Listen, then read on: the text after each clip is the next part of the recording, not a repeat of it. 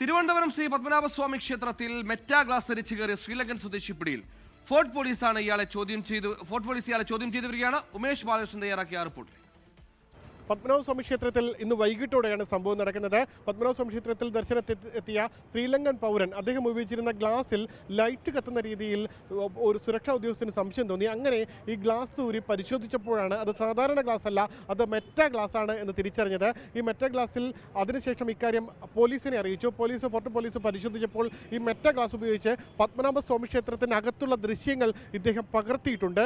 അതൊരു ഗുരുതര കുറ്റം കൂടിയാണ്. പത്മനാഭസ്വാമി ക്ഷേത്രം സുരക്ഷാ മേഖലയാണ്. അവിടെ മൊബൈൽ ഫോൺ ഉപയോഗിച്ചോ മറ്റോ അതിനകത്ത് ചിത്രങ്ങൾ ചിത്രീകരിക്കാൻ പാടില്ല.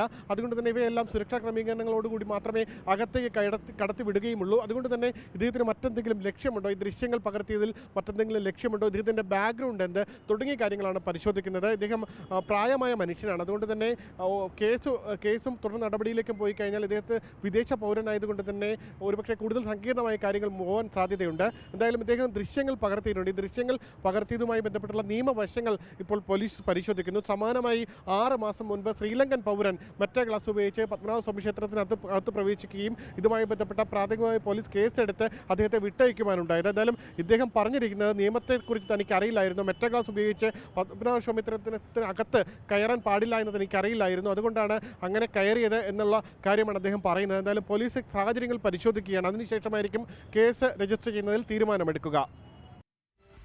നിയമത്തെക്കുറിച്ചുള്ള അജ്ഞത മാത്രമാണ് എന്തായാലും പോലീസ് പരിശോധിക്കുന്നുണ്ട്. എല്ലാം റെക്കോർഡ് ചെയ്യാൻ സൗകര്യമുള്ള മെറ്റാ ഗ്ലാസ് ഉപയോഗിച്ച് എന്തിനകത്ത് കയറി നടക്കുന്ന കാര്യത്തിൽ ഈ പറയുന്ന ആളുടെ ബാക്ക്ഗ്രൗണ്ട് അടക്കം പരിശോധിച്ചുകൊണ്ട് ഒരു സമഗ്ര അന്വേഷണം പോലീസ് നടത്തുന്നുണ്ട്.